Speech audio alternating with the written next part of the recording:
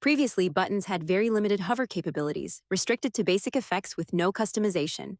Creating engaging micro-interactions required writing custom CSS. Since hover states are essential for making CTAs feel responsive and clickable, this was a key feature gap in the builder. Let's learn how to use it. In a funnel or website page, add a button element. Switch to the Animations tab and select Hover Animation.